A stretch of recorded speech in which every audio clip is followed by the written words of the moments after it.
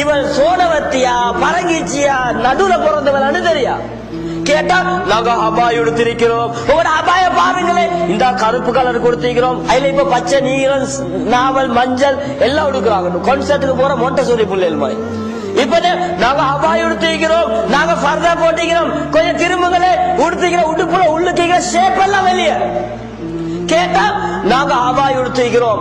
நல்லா யோசிங்க, உங்களோட அபாய் போட்டோ நீங்க கண்ணாடியில பாருங்க, வெள்ளக்காரி உடுத்திக்கிற உடுப்ப பாருங்க, என்ன வித்தியாசம்?